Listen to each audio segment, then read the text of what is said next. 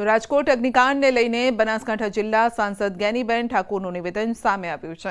તેમણે કહ્યું છે કે આવતીકાલે સવારે 11 વાગે રાજકોટ પોલીસ કમિશનર કચેરી આગળ કોંગ્રેસ દ્વારા ધરણાનું આયોજન કરવામાં આવ્યું છે।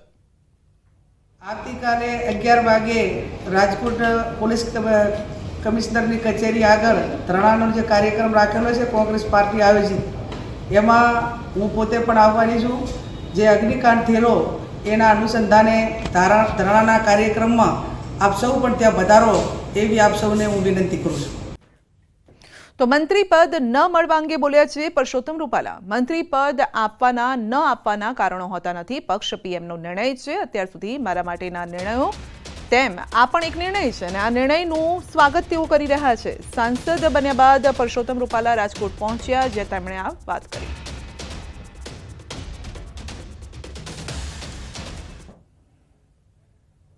आशा होता नहीं, आपवाना कारणों होता नहीं, नहीं आपवाना कारणों होता नहीं। पक्ष અને પ્રધાનમંત્રીશ્રીનો આ પ્રેરોગેટિવ હોય છે, એમણે જે નિર્ણય કર્યો હોય છે, અત્યાર સુધીના બધા નિર્ણયો જે મારા માટે થયા છે એમાં આ નિર્ણય પણ મારા માટે થયો છે, એમનું સ્વાગત છે।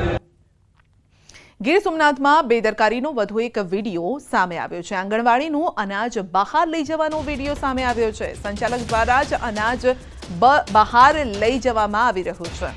તો પડાપાદર ગામની આંગણવાડીના ભોજનમાં જીવાત નીકળી હતી અને મોડી રાત્રે આંગણવાડીનું અનાજ સંચાલક દ્વારા આંગણવાડીની બહાર લઈ જવાતું હોવાનો વિડીયો વાયરલ થઈ રહ્યો છે।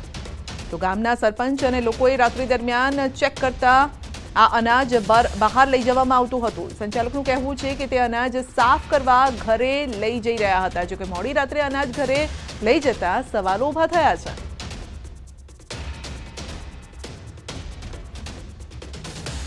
તો મહત્વનું છે કે ગઈકાલે જ ગીર ગઢડાના પડાપાદર ગામે ભોજનમાં જીવાતની ઘટના સામે આવી।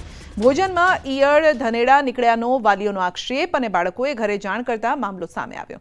આક્ષેપ એવો પણ હતો કે જીવાતવાળું ભોજન સંચાલિકાએ ફેંકી દીધું। સરપંચ સહિત ગ્રામજનો દ્વારા આંગણવાડી કેન્દ્ર પહોંચ્યા અને ગ્રામજનો, આંગણવાડી સંચાલિકા તથા તેમના પતિ સાથે બોલાચાલી થઈ। આ ઘટના બાદ આંગણવાડી કેન્દ્ર ન ખોલવા દેવા ગ્રામજનોએ ચીમકી ઉચ્ચારી।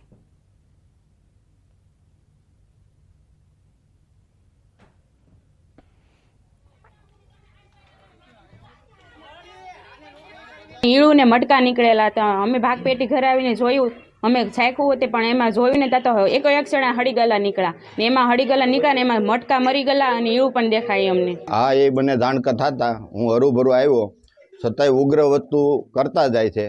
મેં ગઢડા સાહેબ શ્રીને પણ જણાવેલું કે ભાઈ આ વસ્તુ બનેલી છે અમારા ગામમાં, જેથી કરીને સંજ્ઞાનમાં લેવું કે અનાજમાં કોઈ જંતુ નીકળે એ સલાવી લેવામાં નહીં આવે। સરપંચ દ્વારા જાણ થઈ છે અમને બપોર પછી અને એ બાબત માટે અમે રૂબરૂ સ્થળ કરાઈ કરી સંચાલક અને આંગણવાડી કેન્દ્ર અને ગ્રામજનો સાથે રૂબરૂ મુલાકાત કરી અને આગળની કાર્યવાહી કરશું। ગીર સોમનાથના ઉનાના મુખ્ય બજારમાં ફરી એકવાર આખલાનો આતંક જોવા મળ્યો છે અને સતત વ્યસ્ત રહેતા પોસ્ટ ઓફિસ ચોક વિસ્તારમાં આખલા વચ્ચે યુદ્ધ થતા લોકોના જીવ તાળવે ચોંટી ગયા। આખલાએ અનેક બાઇકને ઝપેટમાં લીધી હતી, તો બીજી તરફ આખલાની લડાઈના કારણે લાંબા સમય સુધી રસ્તો પણ બંધ રહ્યો। થોડીવાર માટે લોકોમાં અફરાતફરી મચી ગઈ।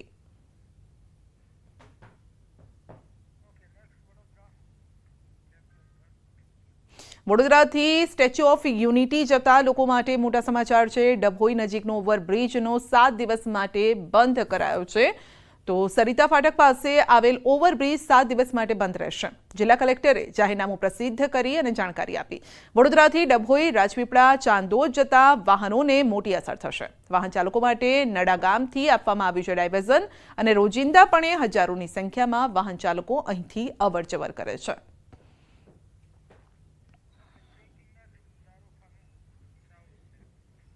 અમદાવાદમાંથી ઝડપાઈ છે ગેરકાયદેસર ફટાકડાની ફેક્ટરી। દસક્રોઈના ચાંદિયલ ગામની સીમમાંથી આ ફેક્ટરી પકડાઈ છે। જગ્યા ભાડે રાખી મહિનાથી ફટાકડા બનાવતા હતા। પતરાની ઓરડી અને શેડ બનાવી આ વેપલો ચાલતો હતો। તો મંજૂરી કે પરવાના વગર જ કાચું દારૂખાનું લાવી ફટાકડા બનતા હતા।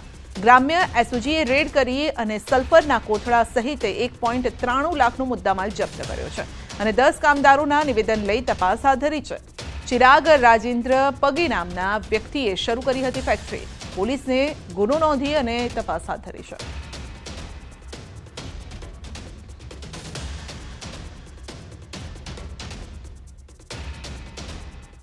બુલેટિનમાં આગળ વધીશું નાનકડા બ્રેક બાદ.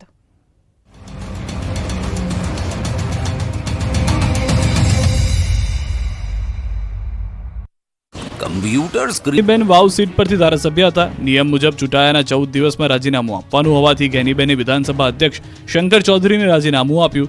આ રાજીનામા સાથે જ હવે વાવ બેઠક ખાલી પડી છે, જેને લઈને વાવ બેઠક પર કોંગ્રેસના ઉમેદવાર કોણ તેની અટકળો શરૂ થઈ છે. ન્યૂઝ 18ના સવાલ પર ગેનીબેને કહ્યું કે કોંગ્રેસ મોવડી મંડળ અને વાવ બેઠકની જનતા કોંગ્રેસના ઉમેદવાર નક્કી કરશે. વાવ બેઠકના ધારાસભ્ય પદેથી રાજીનામું આપ્યા બાદ ગેનીબેન ઠાકોરે ધારાસભ્ય તરીકે 2 ટર્મ મોકો આપવા બદલ મતદારોનો આભાર માન્યો. કહ્યું કે વિધાનસભા હોય કે લોકસભા હોય, ગુજરાતના હિતની વાત હોય કે દેશની વાત હોય, ત્યારે સર્વપક્ષીય લોકોની સુખાકારી માટે સાથે મળીને કામ કરીશું. આ સાથે જ વિધાનસભા ગૃહમાં કોંગ્રેસનું સંખ્યાબળ 13 થી ઘટીને 12 થઈ ગયું. ગુજરાતમાં હાલની સ્થિતિ 180નું સંખ્યાબળ હતું.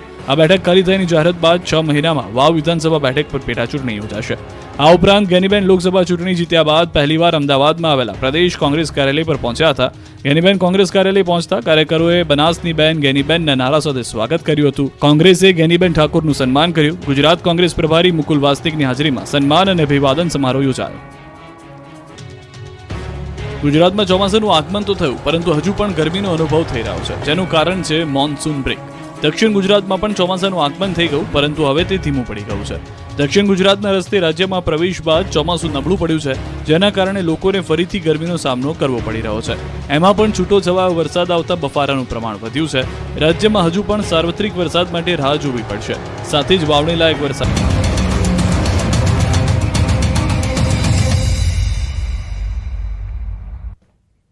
રાજકોટ ટીઆરપી ગેમ ઝોન આગ કાંડ અંગે મોટો ખુલાસો થયો છે. મનપા પ્લાનિંગ સમિતિ ચેરમેનનું ચોંકાવનારું નિવેદન છે કે ઘટના બની ત્યારે ખ્યાલ આવ્યો કે અહીં ગેમ ઝોન છે. પ્લાનિંગ સમિતિ ચેરમેન ચેતન સુરેજાનું નિવેદન, તેમણે મંજૂરી લીધી છે એ વાતનો ખ્યાલ ન હતો. એ વિસ્તારમાં ગોડાઉન વધુ હોવાથી જવાનું નહોતું થતું. કોની જવાબદારી અંગે એસઆઈટી તપાસ કરે છે. જે ગુનેગારો હશે તેને સજા થવી જોઈએ. મારા ખ્યાલ મુજબ ત્યાં ગેમ ઝોન હતું. એ હું જ્યારે આ ઘટના બની ત્યારે હું ગયો ત્યારે મને ખ્યાલ આવી કે ગેમ ઝોન છે.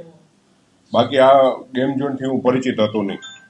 કે એ એરિયા છે ને ત્યાં નોર્મલી વધારે ગોડાઉન અને ઓપન પ્લોટ જ છે. એટલે ત્યાં અમારે પ્રજાના કામ માટે અત્યાર સુધીમાં ક્યારેય કોલ આવ્યો નથી ને એ બાજુ જવાનું થતું ન હોય. છતાંય મારા ધ્યાનમાં ક્યાંય એવું ગેરકાયદેસર બાંધકામ જોવા મળે તો હું જે તે વોર્ડના અધિકારીઓનું ધ્યાન દોરું જ છું. ના એવું નથી. અમુક વસ્તુ અમને એમ હોય ને કે કાયદેસર હશે, અમને એમ હોય કે કાયદેસર હશે. રાજકોટ ગેમ ઝોન અગ્નિકાંડ બાદ તંત્ર સફાળું જાગ્યું છે અને હાલ શાળાઓ શરૂ થતા